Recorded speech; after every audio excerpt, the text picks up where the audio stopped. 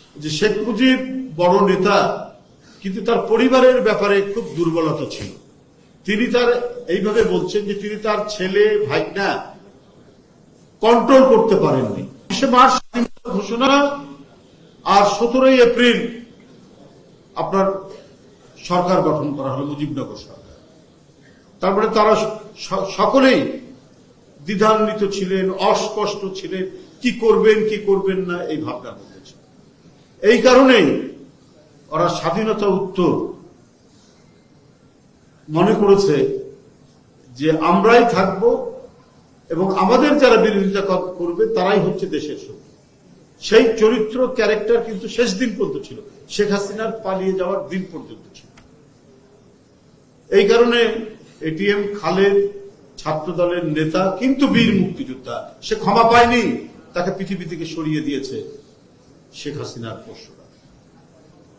আমি এখানে ভাবছিলাম যে কি কথা বলবো, কেমন ভাবে আমার বক্তব্য উপস্থাপন করব, কারণ যেখানেই যাই শুধু ঘুরে ফিরে হাসিনের যে মহা দুর্নীতি, একেবারে গ্যালাক্সি সমান দুর্নীতি, এটা ছাড়া আর কোনো বক্তব্যই খুঁজে পাই।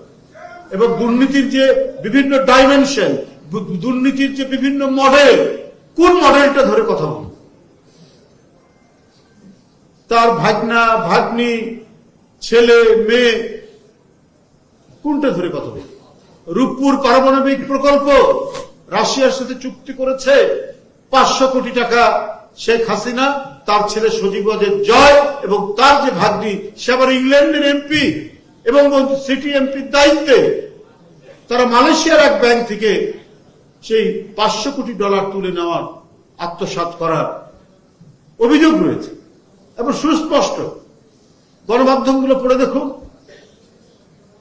তারা কোন জায়গা থেকে ধরুন। টিউলিপ লেখাপড়া করেছে ইংল্যান্ডে একজন এমপি, একজন জনপ্রতিনিধির 1 টাকা 1 পয়সা দুর্নীতি, এটা একটা স্বপ্নের বিষয়। কিন্তু তার জিন হচ্ছে বাংলাদেশের শেখ পরিবারে।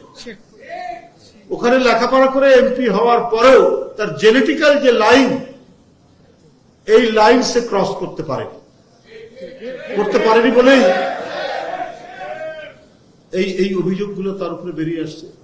শেখ হাসিনার বিশ্বস্ত একজন ব্যবসায়ী, সে ফ্ল্যাট কিনে দিল একবার খুব অভিজাত পাড়ায়, এবং আরেকজন আইনজীবী, সে তার ছোট বোন রূপন্তীকে একটা ফ্ল্যাট কিনে দিল।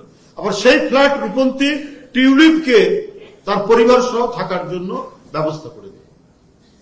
তাহলে এখন লন্ডনের সব পত্র পত্রিকা, ইংল্যান্ডের বিভিন্ন সংবাদ মাধ্যমে এই কথাগুলো আপনার যে বেরিয়ে আসছে, ওখানে মানে জার্নালিজম তো অত্যন্ত শক্ত জার্নালিজম।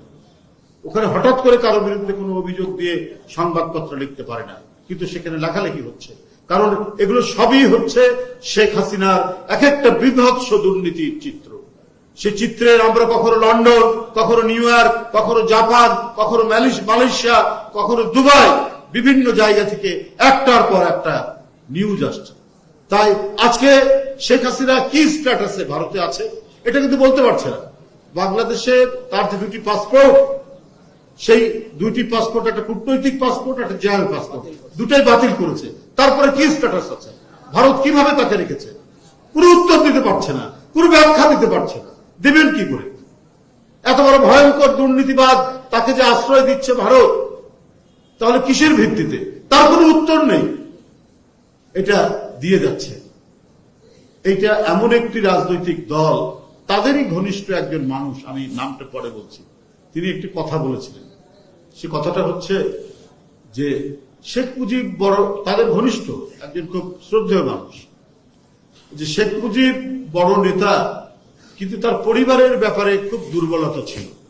তিনি তার এইভাবে বলছেন যে তিনি তার ছেলে ভাইনা কন্ট্রোল করতে পারেননি।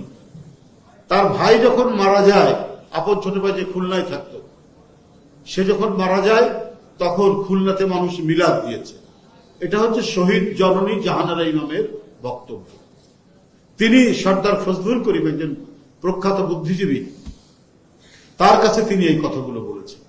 একবার একটা সঠিক মূল্যায়ন দিয়েছেন, অথচ জাহানারা ইমাম শেখ হাসিনার অত্যন্ত ঘনিষ্ঠ, তিনি তাদেরই রাজনৈতিক দর্শনে বিশ্বাস করেন, সবকিছু ঠিক আছে, কিন্তু কথাগুলো কিন্তু খুব সুস্পষ্ট ভাবে তিনি বলে গেছে। এটাই আসলে তারা নিজেদের সন্তান, পরিবার, ভাই বোন, দলের লোক একটার পর একটা ফেজে সবাইকে তারা প্রতিষ্ঠিত করতে চায়। কিসের দেশপ্রেম, কিসের বাংলাদেশের উন্নয়ন, এগুলো সব চাপাবাজি করে গেছে, মিথ্যা কথা বলে গেছে, ফেরেববাজি করে গেছে, কিছুই ছিল না। শুধু উন্নয়নের আপনারা দেখেছেন যে তার মধ্যে কোনো ধরনের নেই, কি বলে যে কোন রাজনৈতিক আদর্শের কোনো কথা নেই। আমি উন্নয়ন করেছি, তো উন্নয়নের মধ্যে দিয়ে তো টাকা পাচার করা যায়, লুট করা যায়। আপনি যে উন্নয়ন করেছেন কি বাপের বাড়ির টাকা দিয়ে আপনি হাজার হাজার কোটি টাকা, হাজার হাজার কোটি ডলার, লাখ লাখ কোটি ডলার আপনি বিদেশ থেকে নিয়ে এসছেন, নাম কয়েকটা লোক দেখানো উন্নয়নের নামে আপনারা যে টাকা পাচার করেছেন সেটা তো বলেননি।